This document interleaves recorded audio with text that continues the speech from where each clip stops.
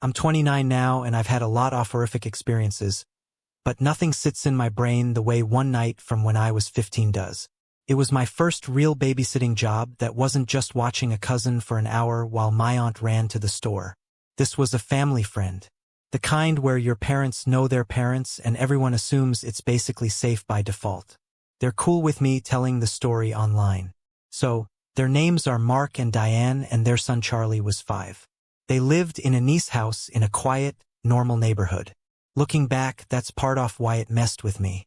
It didn't feel like the kind of house where anything bad could happen. It felt like a normal place like where I grew up. It was a Friday night in early fall. My parents dropped me off around 6:30 and Mark and Diane were already dressed up. Mark shook my hand like I was applying for a job at his office. And Diane kept calling me a lifesaver. Mark and Diane went over the basics like when we eat, what we eat, when his light's out, and keeping his door cracked open. If he hasto use the bathroom, walk him there because he sometimes gets scared in the hallway at night. Mark also pointed out the locks. There was a front door lock they never used because they came in through the garage. The back door, though, was the one I'd use if I needed to step out onto the deck.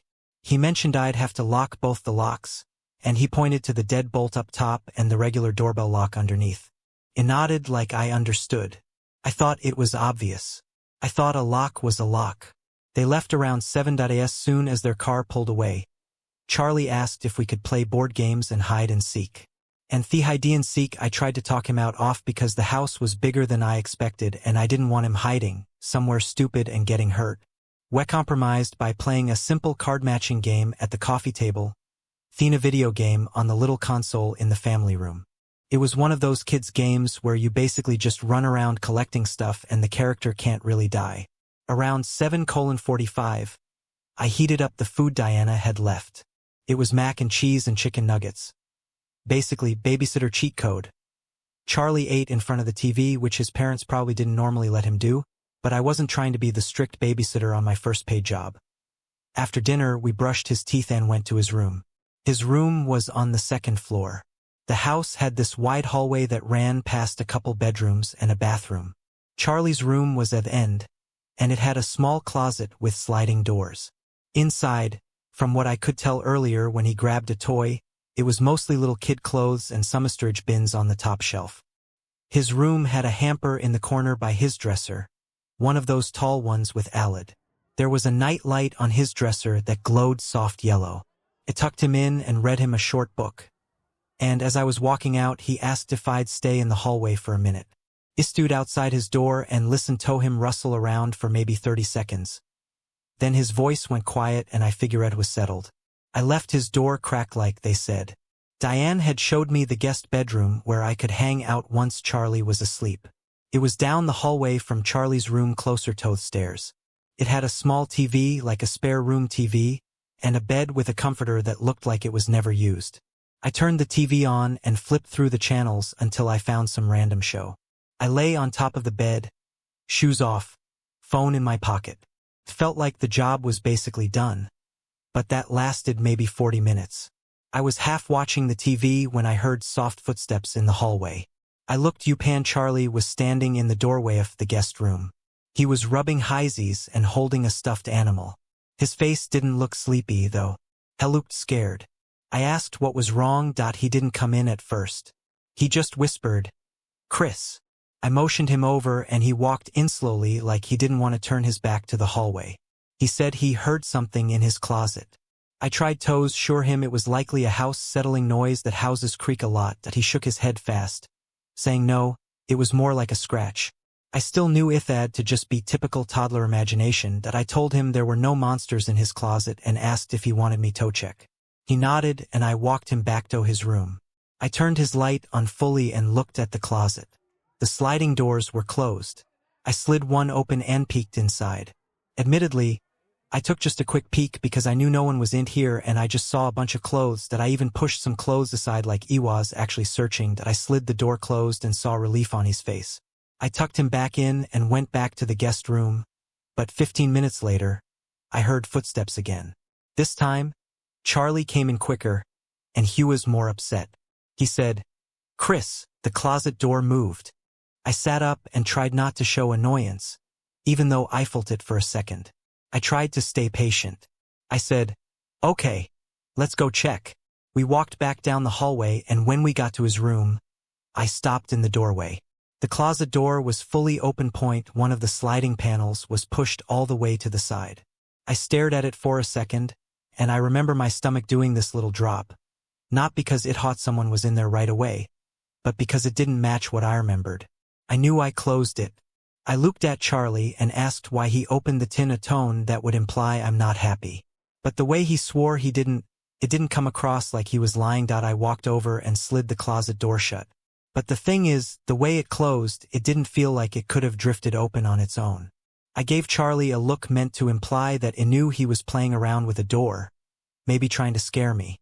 I tucked him back in and told him he was fine and to go to sleep. I left the room, and on the way back to the guest bedroom, I caught myself listening for sounds behind me like someone was walking in the hallway. I told myself to stop being stupid.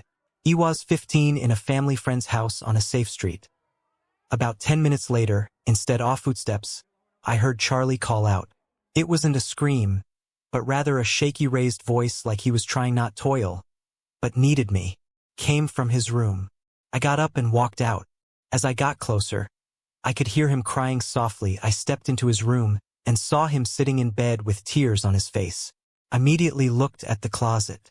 The door was closed. That should have been reassuring, but it wasn't. I said, "Hey, buddy, what happened?"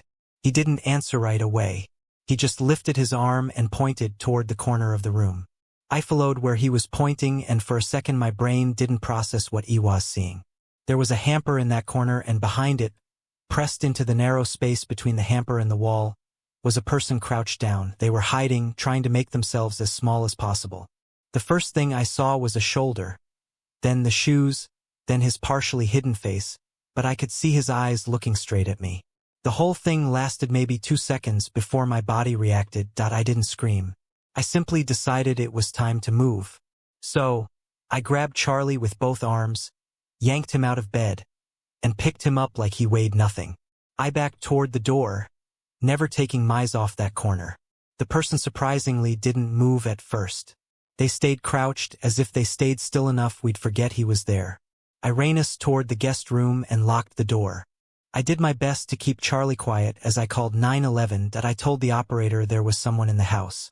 I gave the address and said I was babysitting and there was a man in the kids' room. The operator asked if the intruder had a weapon. I said I didn't know. She asked if we were safe. I said we were locked in a bedroom upstairs. She told me to stay on the line. I kept expecting the doorknob to start turning or expecting the door to shake. The operator kept talking to me to keep me calm, asking me to describe the person, but I couldn't. All I could say was I saw the person's eyes hidden behind a hamper. The eventual sound of distant sirens getting closer was the first time I was ever relieved to hear police sirens in my life. The operator told me to wait until an officer came to my door and identified themselves. When the police finally came upstairs, one of them knocked and said, "Chris," because I guess dispatch had my name. He unlocked the door and opened it, and 2 officers were there with flashlights. They looked past me into the room, the Nat Charlie. They had already done a sweep downstairs and didn't see anyone. They didn't have to kick the door down because the front door was wide open. They checked every possible hiding spot in the house. Whoever it was had left. They said based on the timeline, he probably slipped out fast when I went down the stairs and ran out the front door. When Mark and Diane got home, they arrived to the police cars outside and officers in their living room. A lot of emotions filled the room for sure. Mark asked me questions I couldn't really answer, just like the police did. The cop asked about the locks and entry points. Mark immediately went to the back door and checked it. I followed because I felt like I needed to see. The deadbolt at the top was unlocked. Mark looked at me and asked, "Did you lock both locks like I said?"